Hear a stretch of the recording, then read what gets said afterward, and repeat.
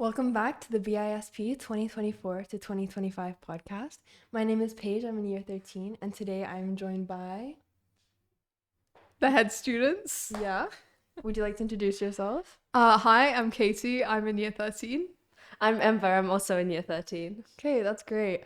And what do you guys do as head students? Can you outline that role for me, please?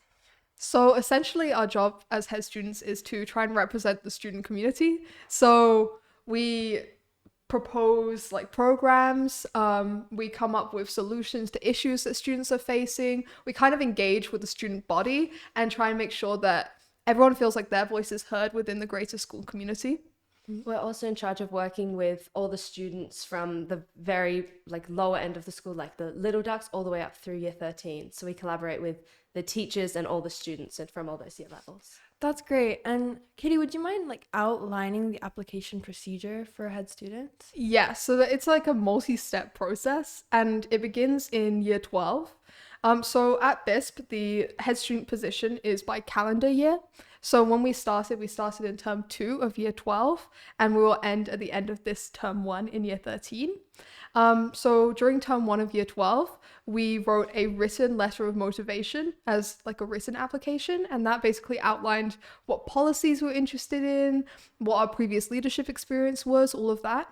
And then we moved into creating videos, and we had only 2 or 3 days to prepare a 30-second video that kind of represented us as a candidate to the greater school community.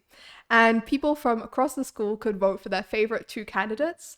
And once the votes were in, we moved into an interview stage. So this was where the SLT, the senior leadership team from the teachers, interviewed each candidate and asked them about their plans, about who they were as a person, basically just trying to find the best candidate.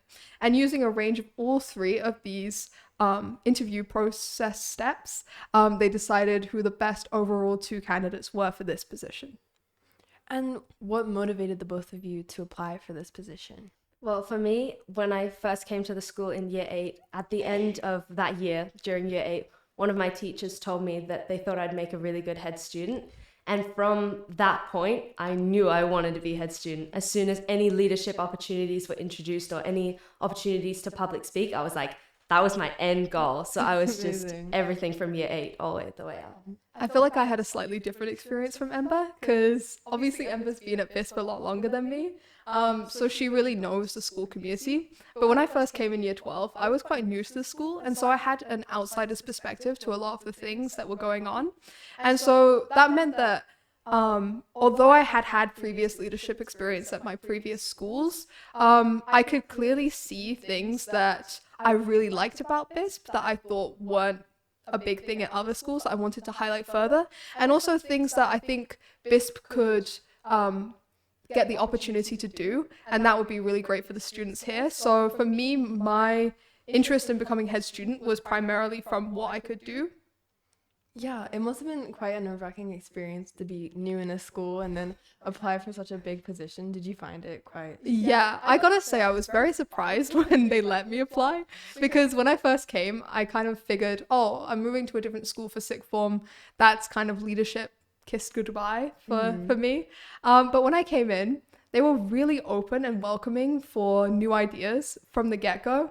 And also I had some other leadership experience at BISP, so I felt like I had the good foundation to be able to carry on with other leadership positions. Yeah, and Ember, for you, have you found that there's any valuable lessons that you've learned as your time as head student? Well, I would definitely say from the beginning, we were proposing lots of ideas and getting sort of stressed when we weren't getting as big a turnout for them or as much excitement from the rest of the student body, because we were so passionate about the ideas that we were bringing.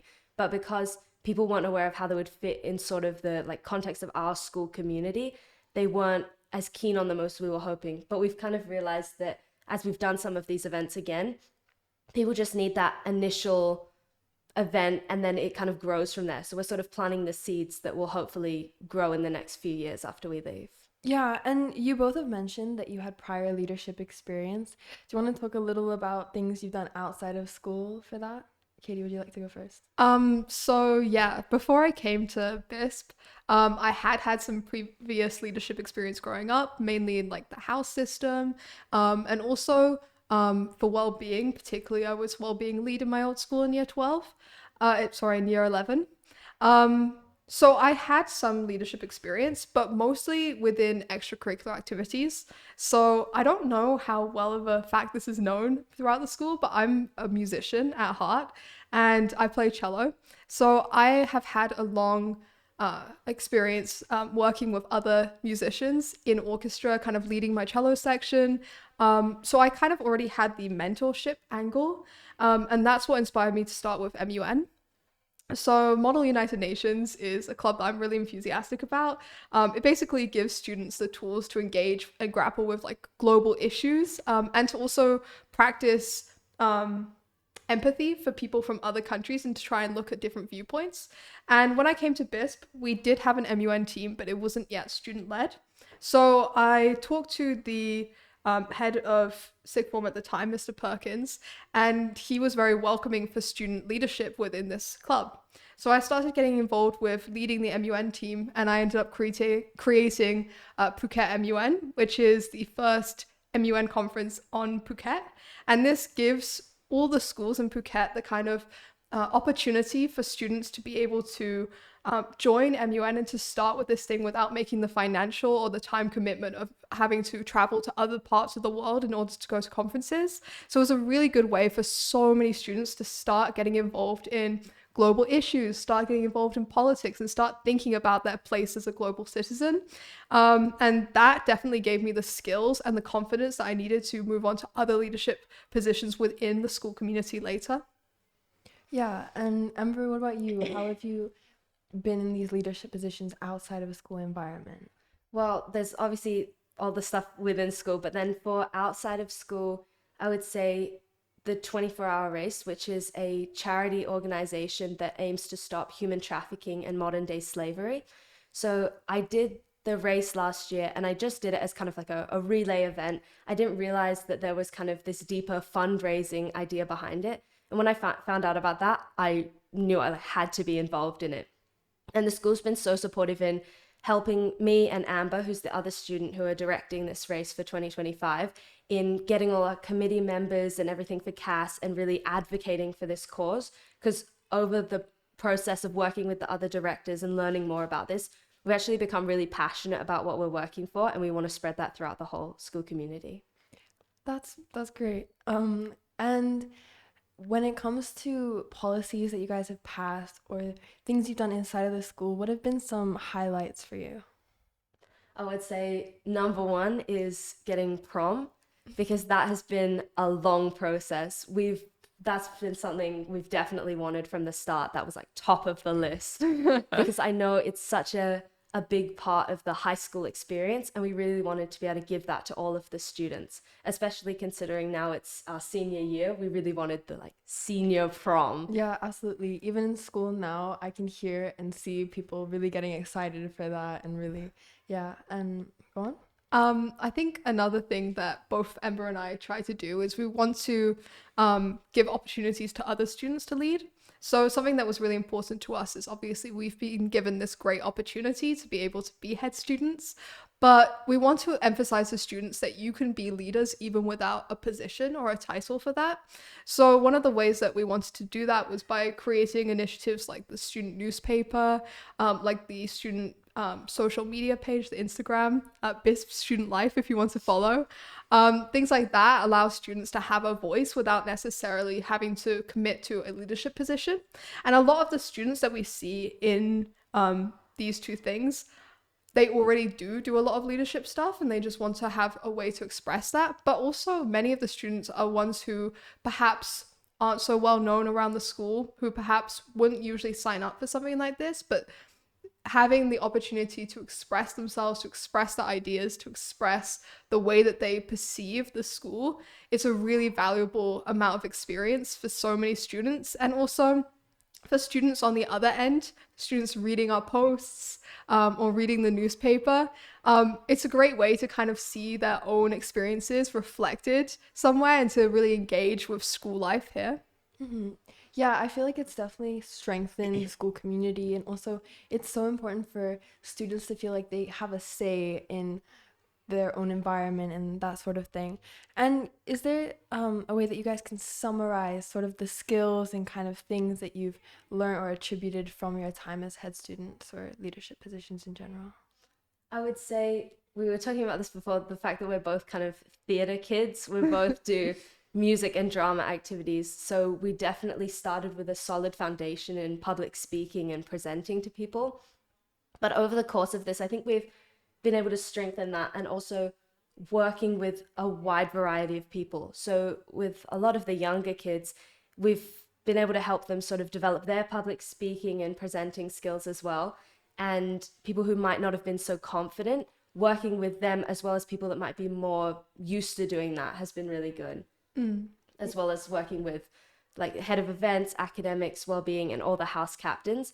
We've had to sort of alter our approach to working with each of them to get the best events and programs that we can. Yeah, Katie, do you have any thoughts on that? I just think that one of the hardest things about being head student is that it's one of the first times that we've had to be completely self-directed.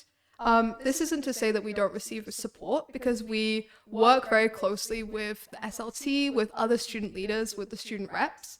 But a lot of the things that we do, we have to come up with ourselves. We have to think critically and think about what things we would like to do to improve the school community. And that is a skill that you use a lot in your adult life, but I don't think it's something that's practiced very much in school.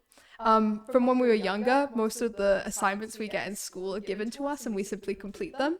But now we have to kind of be more critical thinkers, and I would say more open learners, in that we have to show humility. We have to accept that any ideas we come up with, they may work, they might not be what's best, and so we have to compromise with that. But the biggest thing is just the creativity that's needed in a leadership position like this, and I think that that's something that has developed me to have the skills that I'll need for adult life as well.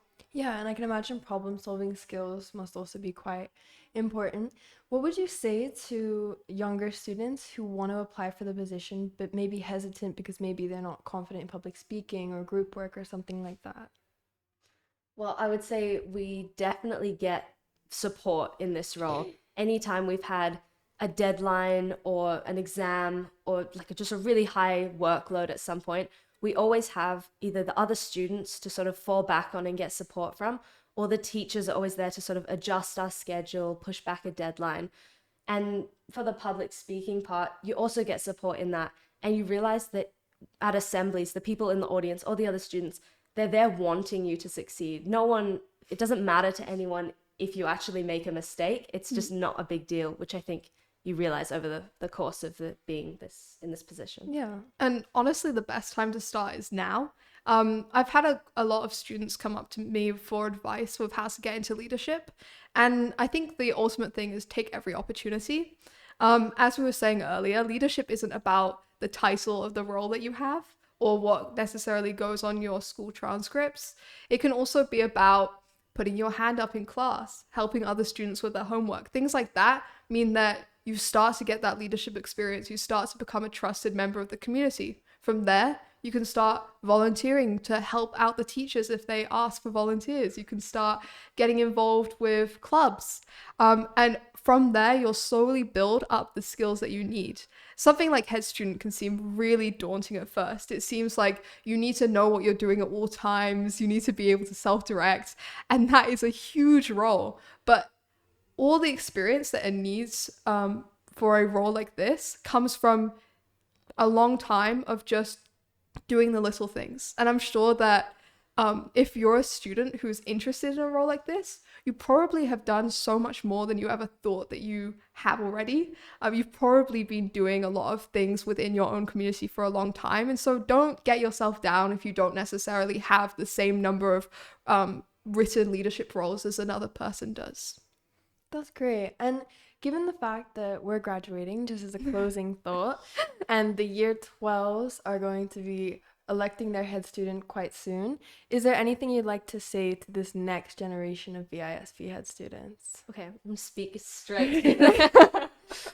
You're not gonna get all of the ideas that you want through. We had an entire pages student master doc of everything, and as much as we've worked the entire time to get these things through, you have to pick a few that you really want. And then it's just kind of a bonus if a couple of others come to the end of the planning process. But not everything's going to come, like, get to that point. And I think that's something we really struggled with at the start, when we were like, we're not meeting the plan, we're not going to get everything done. But it's not a problem as long as you get something done that you're proud of. We've had so many things that we're just really happy that we were able to achieve. And I think also something to just keep in mind, this is not just for next year's head students, but also just all the students getting involved in this process, is that that you can't know if you deserve this role, because the role is not about whether you deserve it or not. It's about how you're going to grow into this role and how well you're going to work together in this role. And so even if you don't get the exact leadership position that you want, that doesn't mean that you can't enact change anyway. And I can say that although I'm so proud of my time as head student, I'm really happy about the opportunities that it's given me to do what I want in terms of enacting policies for students. Also, a lot of my biggest achievements at this school have been non-head student related. Things like running the MUN club, things like supporting students through their first conferences, things like engaging in different extracurricular activities. Those are also equally important to me. And so it's important to not get hung up on whether you get head student or not. If you do, that's amazing, and try and do all you can with the role. If you don't, that's not the end of your leadership journey, and you should try and take any opportunity that you get to be a leader within your own personal life, within your community, or indeed within the world. Yeah, that's a really, really nice sentiment. Thank you, guys. I think that's all for today. So if you're on YouTube, thank you for watching. And if you're on any of our other streaming platforms, thank you for listening. We'll see you next time.